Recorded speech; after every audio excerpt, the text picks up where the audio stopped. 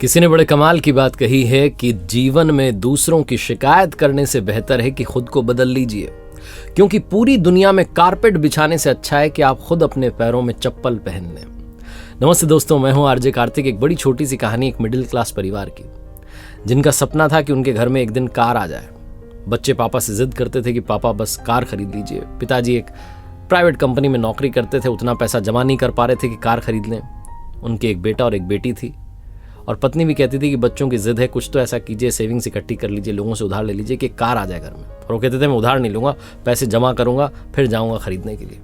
बहुत मेहनत करने के बाद में एक डाउन पेमेंट जितना जो है पैसा इकट्ठा हुआ, और उस व्यक्ति को लगा कि मेरे परिवार की सबसे बड़ी खुशी है कार खरीद करके आएगी, तो चलते हैं कार खरीदने के लिए। पूरे परिवार को एक सरप्राइज दिया, कहा चलो आज फाइनली वो सपना पूरा करते हैं। कार के शोरूम में गए, जो कलर पसंद किया था बच्चों ने, वही कार उन्होंने खरीद ली।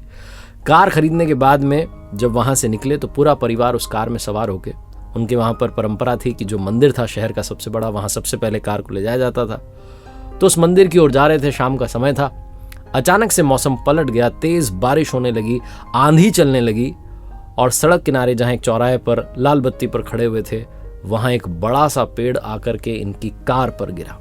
जोरदार धमाका हुआ। लोग दौड़े बचाने के लिए। चारों जो परिवार के सदस्य थे सुरक्षित थे, लेकिन कार बुरी तरीके से क्षतिग्रस्त हो गई थी, टूट गई थी, तहस नहस हो गई थी। जितने लोग आसपास खड़े थे सब कहने लगे क्या कार खरीद ली है, कितने खराब मुहूर्त में खरीद के लाया हो, ये वो कह रहे थे। इन चारों को हल्की चोटें थी तो इनको ले जाया गया अस्पताल में, ठीक हुए।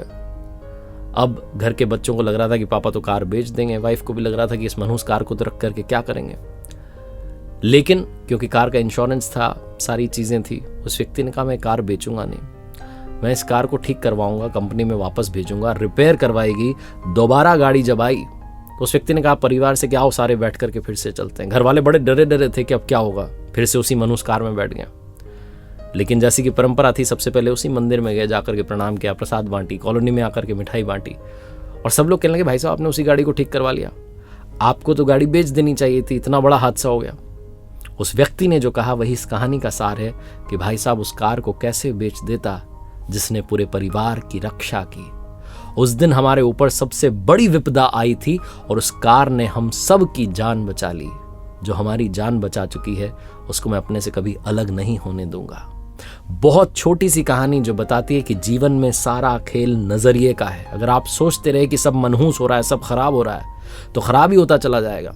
और अगर आपने सोचना शुरू किया कि जो हुआ उसमें ऊपर वाले का प्लान है, हो सकता है कि सब ठीक हो जाए, इसीलिए उन्होंने ऐसा किया है, तो आपको जिंदगी में आशा दिखने लगेगी, पॉजिटिविटी दिखने लगेगी, पॉजिटिव वाइब्स आप तक पहुंचने लगेंगी।